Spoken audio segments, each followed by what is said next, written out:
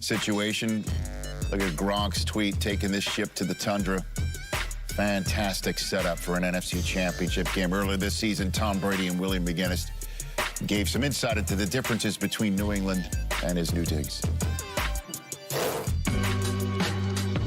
What's up, big fella? What's up, brother? You looking slim and trim? How you feeling? Shaved up. Got a lot of vitamin D lately, so I'm feeling pretty good. Hey, look, we loaded. Greatest of all time, and they know it. What we go to.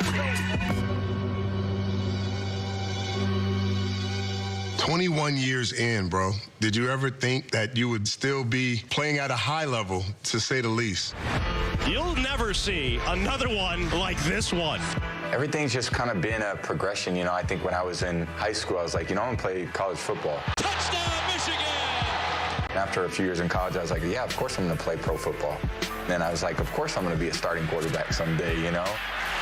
When I reflect back and think how it's all played out, I'm just grateful to everybody who has supported me. You know, I'm just a very, very blessed guy. You're the greatest of all time. We're here. You're the greatest, and you're the greatest. Belichick, Bruce Arians, polar opposites. How's that been? Working with BA has been really great for me in a very different way. You know, he's very tough on you when things aren't the way that they need to be. We had a miscommunication between he and Mike. Mike read it right, and the other one was a screen pass with an outlet called, and it was a pick six. Bad decision. There's nothing about me or my game that's infallible, you know? I'm a player like everybody else, so I'm trying to be coached, and I think the team has very high expectations for me. When I don't meet those, he should be pissed at me, you know? That's just rightfully so, and there's probably nobody more pissed than myself, but when you hear it from your coach, too, you know, it does motivate you.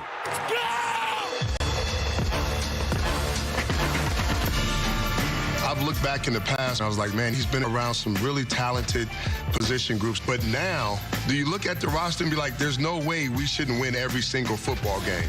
Well, I think that's kind of the easy way out, to be honest. Just because you think, oh, we're talented, we've all had production, let's just roll our helmets out there and we're going to win. I think that's actually not the case. Mike's a spectacular player. Chris is a spectacular player. Antonio's a spectacular player. But it doesn't mean, okay, great, you should go out and just figure things out. That's not the way football works. It's too difficult.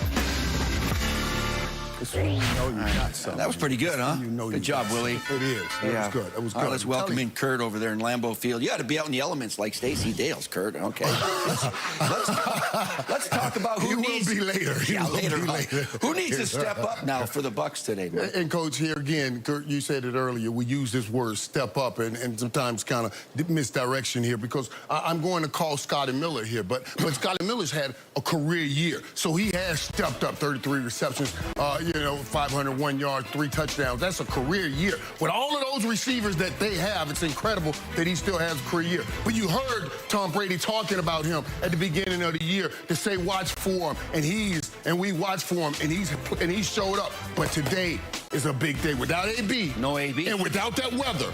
Now, yeah, we're seeing deep passes, but also, Kurt, I want him to be able to work that short game because the weather's going to be bad and be able to get some of those short passes and take it up the field. And for me, guys, it's a guy that's really stepped up throughout the entire playoffs, been the leading receiver for Tom Brady through 2 playoff games at this point. So, well, it must be Mike Evans, right?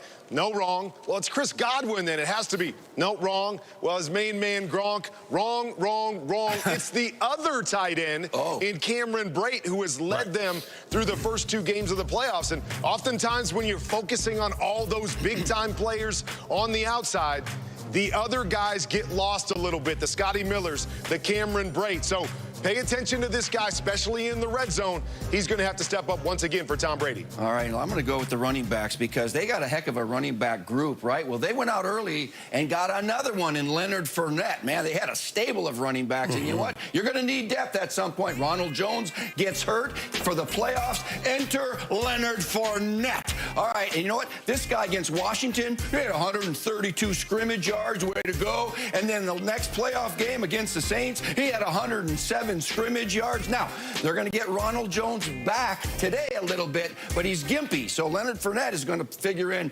to mix in there. He might get another 100. We'll wait and see. In fact, Joe Buck came up with a great nickname, Rich. Playoff Lenny. I love nicknames, I don't know if you got a nickname or not for him, but I'm going to send it over to Rich and Cynthia funny you should say that, pick Steve. 6. Did Joe really come up with that? Is that or did somebody told you that? Somebody told me that. Okay, I just wondering. Speaking of nicknames, I'm going to give one to Josh Allen later on, and he's going to accept it. Fact. Hashtag. Hello, Cynthia Freeland. Good to see you. Hello. Cynthia Freeland with some pick 6, meaning some information that we can all use going into the NFC Championship game with your projection for Chris Godwin, for starters. He is my top Bucs receiver with 5 receptions and 71 receiving yards projected. Now, with Antonio Brown being out, that does shift things a little bit, but it doesn't really touch Chris Godwin, and it also doesn't touch Mike Evans, who's my second projection, also 5 receptions, 64 yards. Between the two of them, it's likely 1 touchdown, but it is unclear which one. It really is that kind of Scotty Miller, maybe Cameron Brate Gronk thing that really gets the uptick in touchdowns. But on the other side, Davante Adams, that one's a pretty sure thing. 8 receptions, 90 yards. The touchdown is there in that one. Okay, so more than 88 in terms of, well, I'm putting everything together what Michael Irvin said for hurry-up offense and what you're saying right here. Let's move to the AFC Championship game and some of your projections. What do you have? We got to start with Travis Kelce, right? Because why not? So Travis Kelce, 6 receptions, 73 yards. The touchdown for him, it's all about the interior of that Bills defense and targeting them with a really smart option, which is Travis Kelce. Then I'm going to move to the other side of the ball. For Stephon Diggs, there's the 88. It's exactly 88 receiving yards, 7 receptions, and a touchdown. Irv should be very excited about that one. He's obviously great on hitch and go routes. And then last but not least, Josh Allen, 274 through the air, 2 on the ground, a pick. But I want to circle that 39 rush yards and a rushing touchdown. Those are the 2 things that pop up as very, very likely to happen. Well, those rushing 3 touchdown. 3 touchdowns out of Josh Allen. I'm just trying to see who you might project to win this game later on. I know that. Well, I mean, we've got 4+ more hours to come, but that's a pretty good stat line from your projector. And they are evaluated and loved by their fans. And Bart Starr, who won the first 2 Super Bowls as the MVP, he's in a class by himself. He's on a pedestal. We all know that. But lately, the last 30 years, it's been 2 guys. It's been Brett Favre and Aaron Rodgers. And trust me, there is competition, and they're friends right now, okay? They're friends, all right? But there is competition amongst the 2. Who has the most wins, the most MVPs, the biggest record, the most touchdown passes, and yes, the most Super Bowl wins. Locally in Packerland, in Titletown, there's a debate at who is greater, Aaron Rodgers or Brett Favre, and Brett's won 1 and lost 1. So if Aaron Rodgers can win his second one, is that bragging rights over there in Green Bay or not? We'll wait and see. Yeah, that's a good one. Well, and Coach, there's going to be that competition in Green Bay, in this place, so much history here in Lambeau Field. But I think this is even bigger than just him and Favre and the Green Bay legacy. This is talking about one of the greatest to ever play the game. And, we're going to talk about him because he's so talented in Aaron Rodgers and what he brought from a physical standpoint. But I can't imagine if his career is over and we're saying this guy, as great as he was, played in 1 Super Bowl. It just doesn't seem right because he's played so well for so long, going to have multiple MVPs, think he's going to win his 3rd this year. So I'm going to say Rodgers as well. But before I hand it off to Irv, I mean, it's amazing. When I was growing up, I remember thinking to myself as a quarterback, hey, I want to play in 5 Super Bowls. Because at the time, no quarterbacks had played in 5 Super Bowls. I know John Elway has now, but Tom Brady has a chance to double that.